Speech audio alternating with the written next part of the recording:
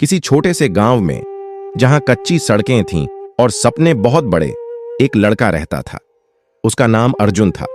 अर्जुन गरीब था, इतना गरीब कि कई बार रात को सोते समय उसकी मां उसके पेट पर हाथ रखकर पूछती थी, भूख तो नहीं लगी बेटा?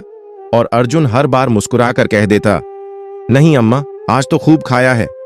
जबकि सच्चाई यह थी कि उसने पूरे दिन सिर्फ एक सूखी रोटी खाई होती थी। गांव के लोग अर्जुन को नाकाम समझते थे। कोई कहता, ये पढ़ाई के लायक नहीं। कोई कहता, इससे कुछ नहीं होगा। लेकिन अर्जुन के अंदर एक ऐसी चीज थी जो किसी को दिखाई नहीं देती थी। वह था सपना देखने का साहस। हर रात अर्जुन खुले आसमान के नीचे लेटकर तारों को देखता था। वो खुद से सवाल करता था, क्या मेरी जिंदगी भी कभी इन तारों की तरह चमक सकती है? जब वह अपने सपनों की बात किसी से करता तो लोग हंस देते। कोई कहता, तेरी किस्मत में तो बस मेहनत और गरीबी लिखी है। अर्जुन चुप रहता, क्योंकि वह जानता था सपनों पर सबसे पहले हंसी उड़ाई जाती है।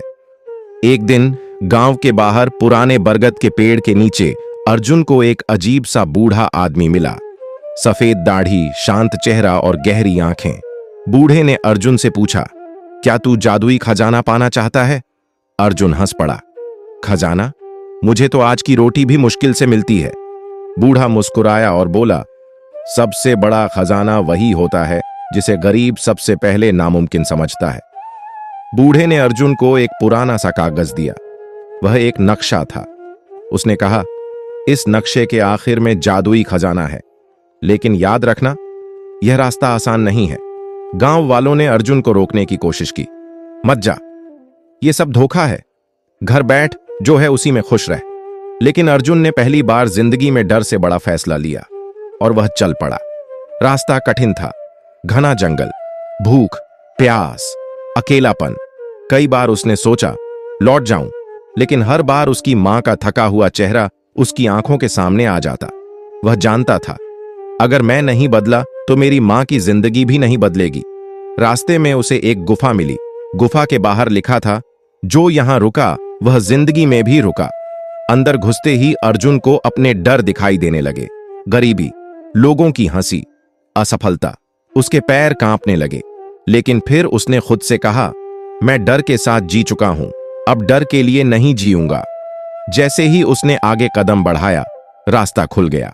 लंबी यात्रा के बाद अर्जुन उस जगह पहुंचा जहां नक्शा खत्म हो रहा था।